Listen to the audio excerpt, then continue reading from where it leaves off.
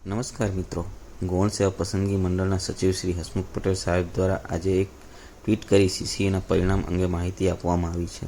તેમના દ્વારા જણાવવામાં આવ્યું છે કે સીસીઈની ગ્રુપ એ અને ગ્રુપ બીની મુખ્ય પરીક્ષા માટે પાત્રતા ધરાવતા ઉમેદવારોની યાદી મોડામાં મોડું 21/9/2024 સાંજે 7 વાગ્યા સુધીમાં પ્રસિદ્ધ કરવામાં આવશે.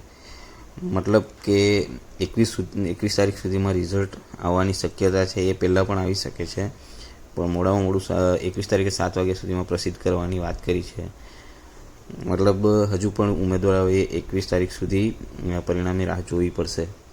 તથા તેમના દ્વારા મેન્શન કરવામાં આવ્યું છે કે સૌને સમાન ન્યાય મળે અને અનાવશ્યક કોર્ટ કેસના કારણોસર આખી ભરતી પ્રક્રિયા ખોરાઈ ના જાય એમ પણ લખ્યું છે. એનો મતલબ કદાચ એવો હોઈ શકે કે આ બધી બાબતોનું ધ્યાન રાખવા કારણે આ પરિણામ મોડું થઈ રહ્યું છે.